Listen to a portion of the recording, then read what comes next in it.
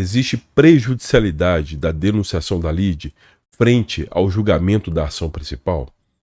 O que eu quero dizer com essa pergunta? Eu quero dizer o seguinte: dependendo do resultado da ação principal, isso prejudica o julgamento da denunciação da lide? Essa é a minha pergunta. Existe sim prejudicialidade da denunciação da lide a depender do resultado da ação principal.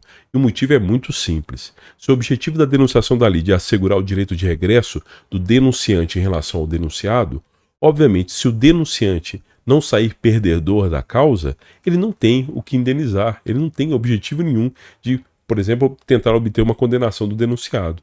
Então, obviamente, como eu disse, se o denunciante sair vitorioso da causa, quando eu falo vitorioso, eu quero dizer o seguinte: se o denunciante é o autor da ação, quer dizer, se ele saiu vitorioso, se o pedido dele foi julgado procedente, ou se o denunciante for o réu, ele não for condenado, não vier a ser condenado, então, em ambos os casos, nós não temos direito de indenização e, portanto, não temos direito de regresso. E ao não ter direito de regresso, não tem que julgar a denunciação da lide, ela fica prejudicada. Então existe sim uma prejudicialidade da denunciação da lide frente à ação principal. E aí, contrário senso, né? Se porventura o autor da ação denunciante ele perca a causa, e no caso do réu, se ele venha a ser condenado, aí sim vai haver um julgamento da denunciação da lide. A gente pode entender a denunciação da lide como se fosse assim, duas demandas numa só, duas ações numa só. Nós vamos ter autor contra o réu, e aí denunciante contra o denunciado. São duas ações numa só, julgadas todas numa única sentença, uma sendo prejudicial à outra. No caso, a ação principal, ela prejudica ou não o julgamento da denunciação da lide. Vou fazer uma comparação aqui com vocês para que fique claro o que significa essa prejudicialidade.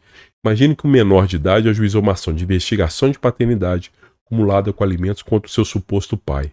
Ao fazer o exame de DNA, demonstra-se que, na verdade, o réu não é pai. Ora, a matéria da paternidade ela prejudica o julgamento dos alimentos, via de regra, prejudica o julgamento dos alimentos. Porque se a pessoa não é pai, ela não tem que pagar os alimentos, via de regra, né? Salvo aí paternidade afetiva e tal, que hoje em dia está muito em voga nos tribunais. Então vejam só, no caso da ação de alimentos, ela só vai ser analisada caso a declaração de paternidade seja positiva, ou seja, que reconheça que é o pai. Se não reconhecer que é o pai, não tem necessidade de julgar a ação de alimentos. Então nós temos aí uma relação de prejudicialidade. Só vai julgar um se o outro for julgado procedente. A mesma coisa acontece em relação à denunciação da lide.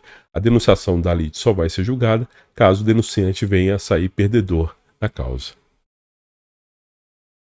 Tudo que eu falei aqui nesse vídeo consta no meu livro. Se você quiser conferir, clique aí na descrição.